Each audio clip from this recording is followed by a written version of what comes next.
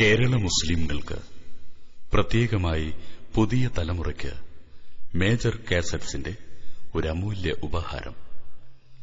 ശംസുൽ ഉലമ എന്ന വിസ്മയം.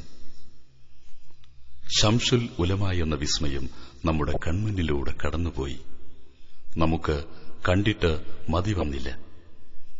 ഇനിയും കാണാൻ മോഹം.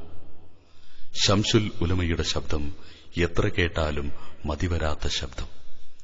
കേട്ടിട്ടും കേട്ടിട്ടും മതി വന്നില്ല. ആ ശബ്ദത്തിന് നമ്മൾ കാതോർത്തിരുന്നു. മരണം വരെ അതായിരുന്നു അവസ്ഥ.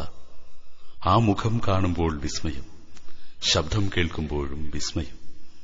എല്ലാവർക്കും ചൂടും വെളിച്ചവും നൽകി ഉയർന്നു നിന്ന ആ പണ്ഡിത സൂര്യന്റെ പ്രഭാഷണം ഇതാ പുതിയ തലമുറയ്ക്ക്, ശംസുൽ ഉലമ എന്ന അത്ഭുത പ്രതിഭാസത്തെ കാണാൻ കൊതിച്ചവർക്ക് ഞങ്ങൾ സമർപ്പിക്കുന്നു.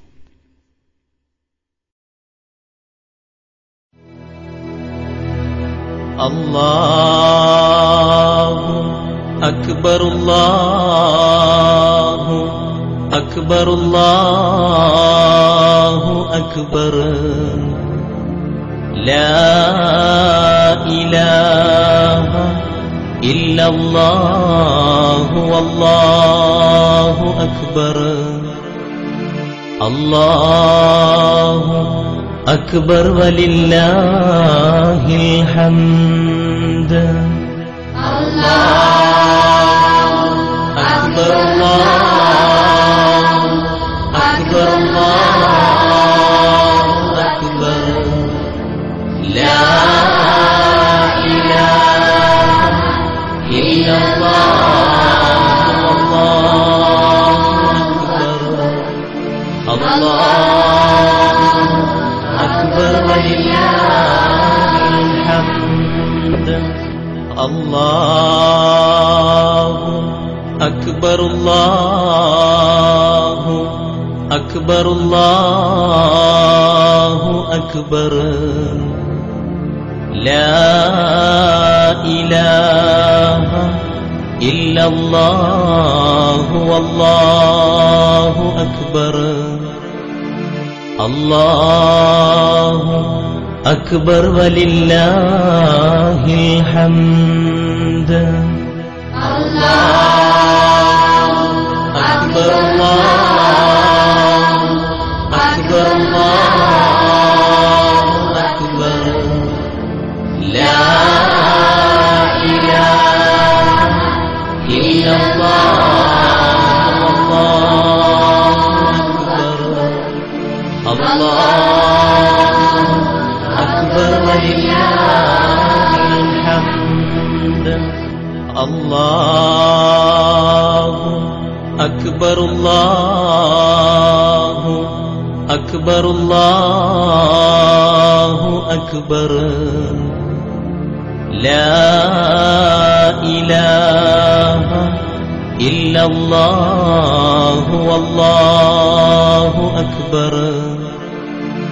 അല്ലാഹു അക്ബർ വലില്ലാഹിൽ ഹംദ്.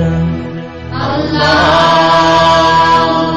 അക്ബർ, അല്ലാഹു അക്ബർ, അല്ലാഹു അക്ബർ.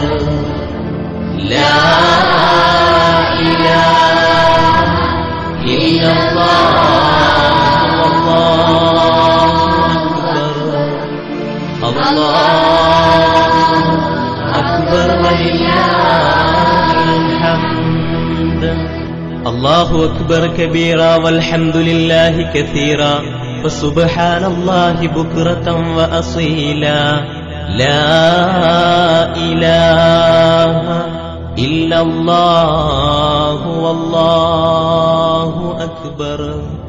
അല്ലാഹു അക്ബർ വലില്ലാഹിൽ ഹംദ്.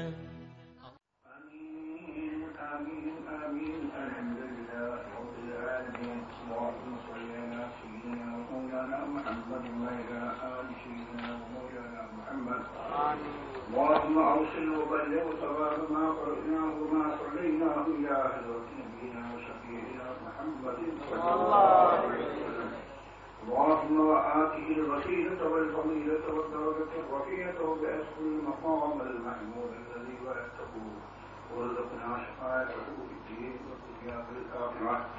اللهم ثم إلى حضرات الله وأعضائه وإخوانه من الأنبياء والمرسلين صلوات الله تعالى وسلامه على كل واحد منهم أجمعين. اللهم إلى حضرات الله وصحابه القدسين والقدسين رضوان الله تعالى عن كل واحد منهم أجمعين. وإلى حضرات أرواح سائر الصحابة والقرابة والعترة والتابعين وتابع التابعين لهم بإحسان إلى يوم الدين.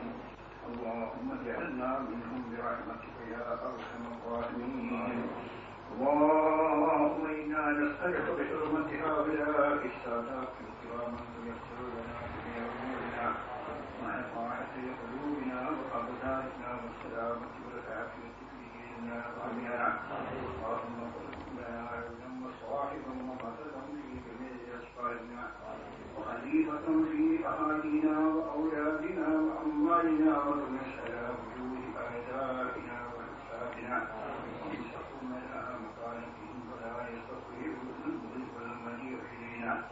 اللهم اجعل جمعنا هذا جمعا مرحوما مباركا مستجاب الدعوات ومقضي الحاجات وتفرقنا من بعده تفرقا معصوما برحمتك يا أرحم الراحمين يا أرحم الراحمين يا أرحم الراحمين. صلى الله تعالى وسلم على خير خلقه سيدنا ومولانا محمد وعلى آله وصحبه أجمعين. سبحان ربك رب العزة عما يصفون وسلام على المرسلين والحمد لله رب العالمين. بسم الله الذي لا يضر مع اسمه شيء في الأرض ولا في السماء وهو السميع العليم. بسم الله الذي لا يضر مع اسمه شيء في الأرض ولا في السماء وهو السميع العليم. أعوذ بالله من الشيطان الرجيم. بسم الله الرحمن الرحيم. والعصر إن الإنسان لفي خسر إلا الذين آمنوا وعملوا الصالحات وتواصوا بالحق وتواصوا بالصبر. صدق الله العلي العظيم وصدق وبلغ رسوله النبي الكريم. ونحن على ذلك من الشاهدين الشاكرين والحمد لله رب العالمين. ബഹുമാനികളെ, ഈ പ്രദേശത്തിൽ ഇത്രയും അധികം സഹോദരന്മാർ വന്നു ചേർന്നതിൽ ഞാൻ അതിയായി സന്തോഷിക്കുകയാണ്. നിങ്ങളെ കാണാനും നിങ്ങളുമായി സൗഹൃദ ബന്ധം സ്ഥാപിക്കാനും സാധിച്ചതിൽ ഞങ്ങൾക്ക് അതിയായ സന്തോഷമുണ്ട്. നിങ്ങൾ ഞങ്ങൾക്ക് നൽകുന്ന സ്വീകരണത്തിന് നിങ്ങളോട് അല്ലാഹു സുബ്ഹാനഹു വ തആലയോടും ആദ്യമായും നിങ്ങളോടും നന്ദി രേഖപ്പെടുത്തുകയും ചെയ്യുന്നു. ബഹുമാനികളെ, ഞാൻ വളരെ ദീർഘിച്ച് സംസാരിക്കുന്നില്ല. എന്തുകൊണ്ട്? ഇവിടെയുള്ള കാലാവസ്ഥ വളരെയധികം എനിക്ക് അനുകൂലമല്ല എന്നതാണ്. അല്പം ചില കാര്യങ്ങൾ മാത്രം നിങ്ങളുടെ മുമ്പിൽ വെച്ചുകൊള്ളുന്നു. നാം ഒരു സംഗതി ഞാനും നിങ്ങളും മനസ്സിലാക്കണം. അതെന്താണെന്ന് വെച്ചാൽ, ഈ ദുനിയാവില് നാം നിവസിക്കേണ്ടത് ദുനിയാവാണ്. ദുനിയാവിൽ ഹക്ക് മാത്രം അല്ല ഉണ്ടാവരുത്, ഹക്കോടുകൂടി ബാത്തിലും ഉണ്ടാവും. ആ കാര്യം തീർച്ചയാണ്. ദുനിയാവ് വെറും ഹക്കിന്റെ സ്ഥലമല്ല. ഹക്കിന്റെ കൂടെപ്പിറപ്പായും കൊണ്ട് ബാത്തിൽ അതിന്റെ കൂടെ ഉണ്ടായിരിക്കും. അത് ദുനിയാവിന്റെ നിയമമാണ്. നാം കാണുന്നുണ്ട്. ബഹുമാനപ്പെട്ട ആദം നബി അലൈഹി ഇസ്ലാമിനെ സൃഷ്ടിച്ചു. അത് ഹക്കിന്റെ നിലയിൽ. അതേ സമയത്ത് ആദം നബി അലൈഹി ഇസ്ലാമിന്റെ കൂടെ ലഅനത്താക്കപ്പെട്ട ഇബ്ലീസും ലഈനും കൂടെയുണ്ട്.